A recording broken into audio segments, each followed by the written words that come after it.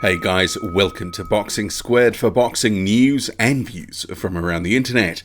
Contender Dillian White has blown off talk of a rematch with Joseph Parker, saying the New Zealander's brand is diminished and he needs to get back in the queue.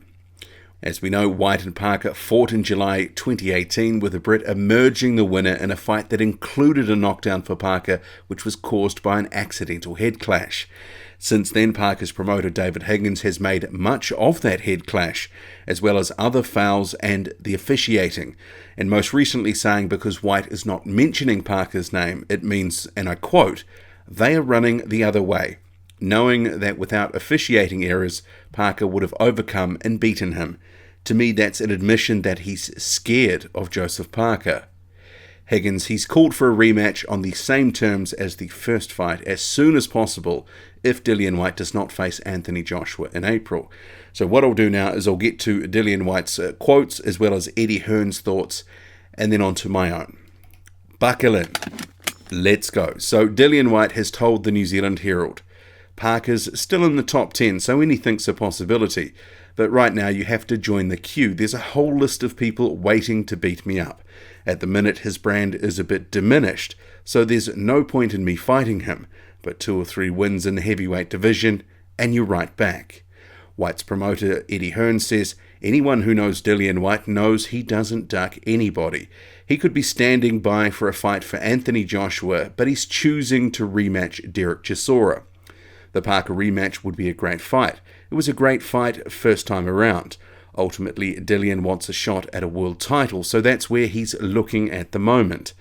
If it wasn't for those middle rounds, he may have won that fight. He'll be back. He's a young man. I'm looking forward to seeing him fight later in the year, and who knows what the future holds.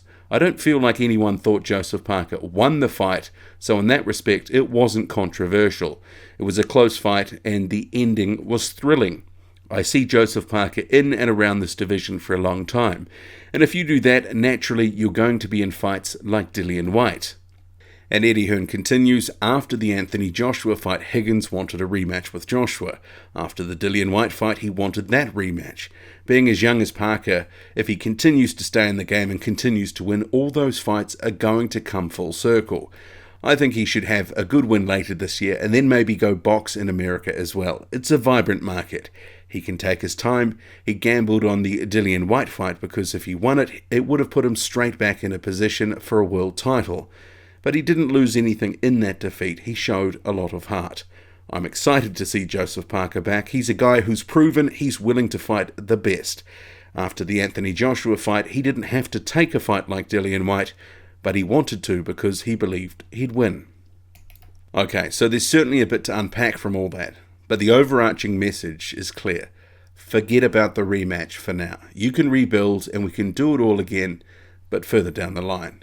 And with White on the verge of a world title, I don't believe Parker's got a look in right now. It's just a reality.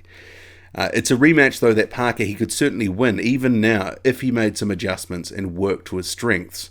I mean, I can see a rematch potentially happening in maybe 18 months or 2 years' time, but not likely before Dillian White has recorded a loss. But David Higgins, I'm sure he's going to maintain that line, saying that Parker deserves a rematch and that Dillian White is running scared, that he's effectively ducking Joseph Parker. And I know some are going to say, well, White takes on all comers. He doesn't shy away from a challenge, as evidenced by his willingness to put it all on the line on December 22nd versus Dereck Chisora.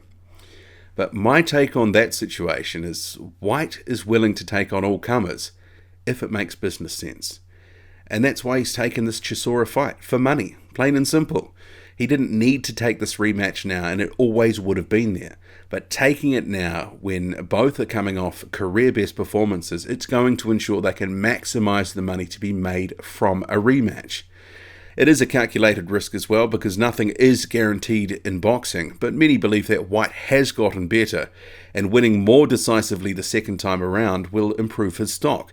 Obviously, it would help build some buzz for a fight with Joshua. And I do believe that White will beat Chisora.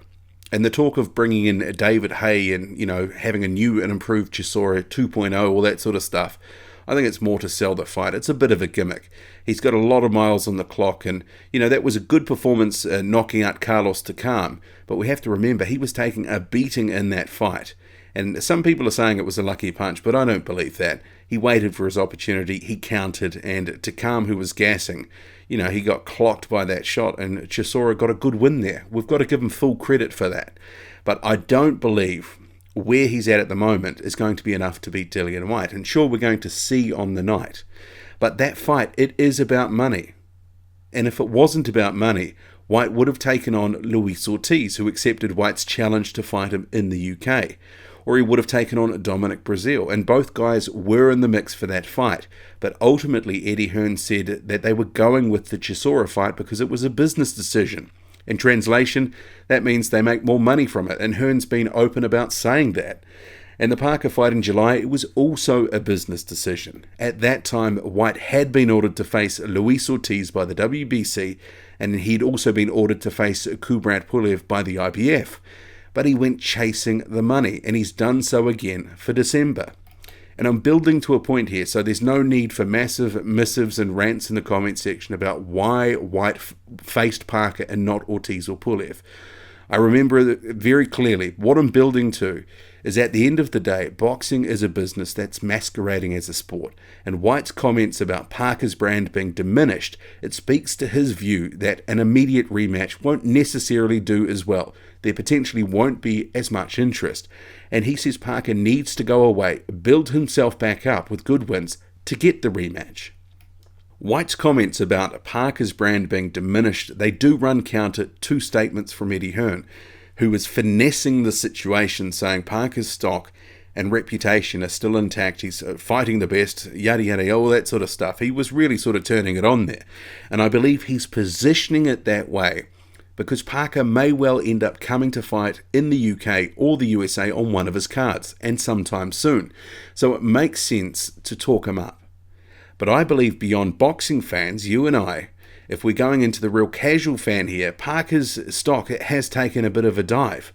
And as a personal example, not one of my friends or family has mentioned Joseph Parker's upcoming fight against a top 200 opponent, Alexander Flores. That's in Christchurch, New Zealand on December 15. Before every other Parker fight in the last couple of years, someone's talked to me about it, shortly after it's been announced.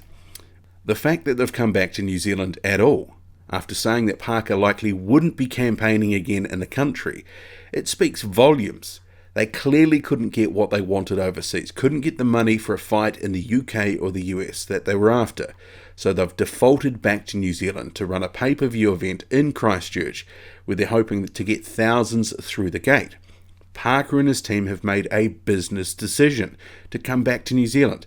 Whether it will be successful as they hope is another question, because I believe some of the air has gone out of the Joseph Parker hype balloon. But that's more with casuals, not necessarily boxing fans, because boxing fans saw the White fight and, it was a really good scrap. It finished in a very thrilling way as Eddie Hearn described.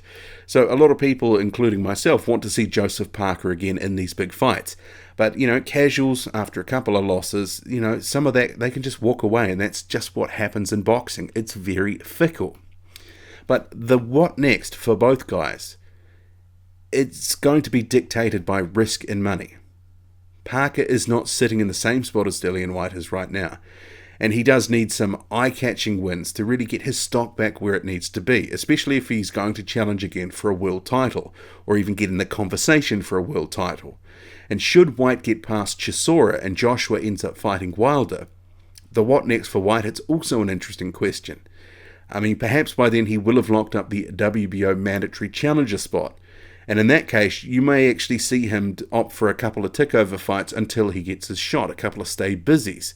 But, then again, who knows? But Eddie Hearn has said that WBO mandatory is ahead of the IBF in the queue.